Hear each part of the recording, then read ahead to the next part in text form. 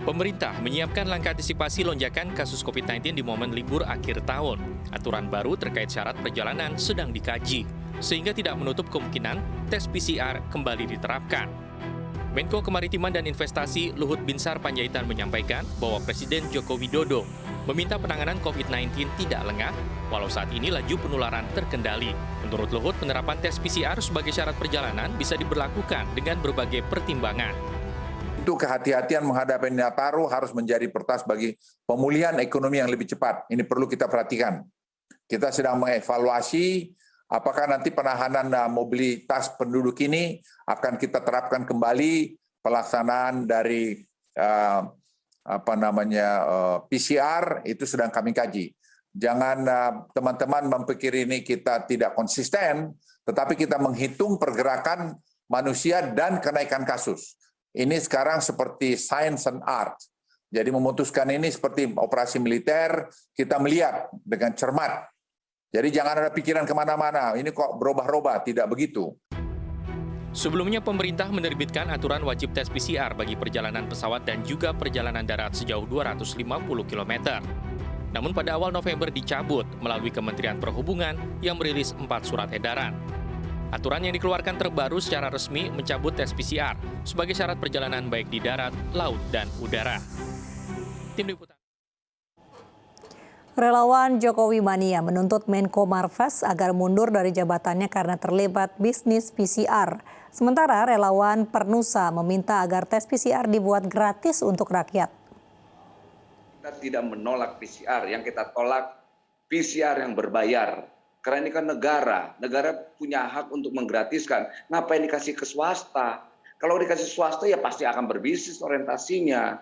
Ya namanya orientasi bisnis pasti bicara tentang keuntungan. Itu. Jangan dong, jangan berbisnis di tengah penderitaan rakyat, ini nggak baik. Kalau memang Pak LBP masih nekat untuk memaksa rakyat PCR dengan berbayar mahal, jangan salahkan rakyat ketika rakyat melakukan perlawanan. Itu aja.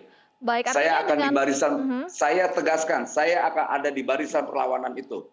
Baik, artinya ketika dengan Pak PCR Luhut ini sudah dibayarkan mengakui, berbayar mahal. artinya dengan Pak Luhut mengakui dirinya berbisnis PCR, apa langkah tegas yang harus dilakukan oleh Presiden yang didorong oleh relawan Jokowi Mania? Pilihannya Pak Luhut harus mundur secara moral dan etik. Dan gini juga, jangan semua ini seakan-akan Pak Luhut yang membebani. Ini kan Pak Luhut sudah mengakui, ini bentuk kesatriaan Pak Luhut sebagai orang Batak, beliau sebagai mantan militer, kedua sebagai pejabat. Dia sudah memberikan semacam contoh pejabat yang bertanggung jawab itu yang mengakui. Nah, maksud saya dengan dia mengakui, layaklah Pak Luhut ini untuk mengundurkan diri. Itu. Kita tetap menghormati sikap kesatriaan Pak Luhut ini yang harus menjadi contoh. Agar perilaku menteri-menteri yang lain juga harus kesatria juga ngakuin siapa-siapa aja di menteri-menteri yang terlibat bisnis ini. Yang namanya berbisnis itu selalu nyari untung. Tidak mungkin namanya berbisnis nyari rugi. Sebaiknya PCR itu gratis, itu lebih bagus. Kenapa? Sekarang contoh begini ya. Saya kalau ke Solo naik kereta api, misalnya hanya 150.000. Itu tiket kartisnya. PCR-nya aja bisa 200.000 lebih. Lebih tinggi PCR-nya daripada tiket itunya. Nah ini juga jadi masalah ya. Jadi tolonglah ditekan lagi. Bila perlu gratis lah. Bahkan Pak Menteri juga kemarin itu ngomong ini nggak pakai PCR lagi. Nah artinya saya melihat apa yang terjadi di para menteri ini, pembantunya Bapak Presiden ini pasti ada belum kompak nih antara satu dengan lain. Itu yang saya lihat. Ditambah lagi digosok-gosok sama pihak sebelah.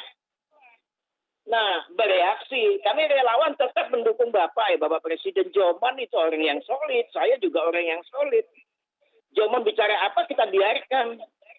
Relawan punya kewajiban untuk menegur, mengingatkan para menteri ini kalau salah kebijakannya, ya tolong